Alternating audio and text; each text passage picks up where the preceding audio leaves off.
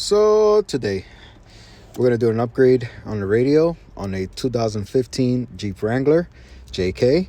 Of course, we're gonna take off the window switches here. It's very simple. You just pry this out and put the red tab up and then just pull it out with the tab. All right, and then you're gonna take off a screw that's right here. Is a what is it? A 7mm.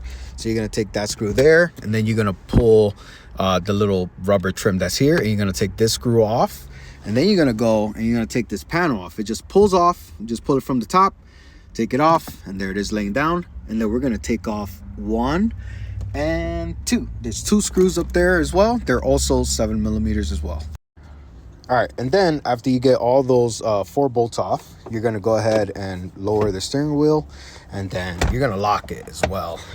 So when you lock the steering wheel down, what it's gonna do is gonna allow you to start removing the panel. All right, and then just like that, you can grab it here and carefully start pulling, and it'll all come off, and it's just one whole unit. All right, so now you're here. Now you gotta take 4 screws off. There's 1, 2, 3, and 4, and then the radio is held in tight by these metal clips. So don't be afraid to start wiggling it and really try to push back on it. All right, so now you reach the step where you're plugging. My radio came in with a plug and play system, so it's just plugged there and plugged into the factory harness. I got the antenna plugged in and also got the GPS module up there, which I still have to connect. But let's see how this plays out. Now, I usually like to test out connections before I even finish putting everything back in. So just give it a second here. I'm going to test this out. All right, and just like that, I usually just put the car on position and test this out just to make sure that it's getting power. And now I'm going to test the sound off camera, of course, and then I'm going to plug everything back in and I'll show you the end result.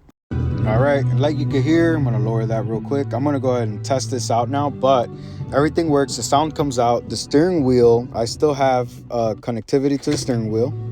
There's that.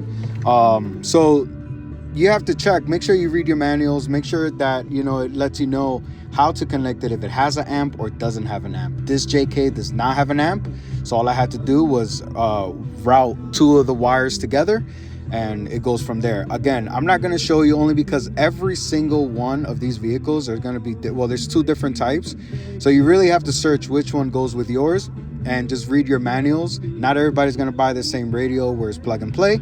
So just make sure you read through and check out the forums. Always test everything before plugging it back in. I would have been upset if I would have put everything back just to realize that I had to plug those 2 wires in. So always remember, guys, test before reinstalling.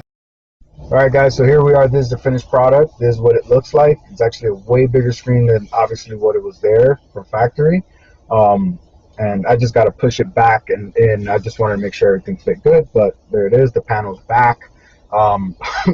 Make sure you reverse, how you took it off. Put all your screws back, and yeah, man, this is gonna be a good upgrade to any Jeep.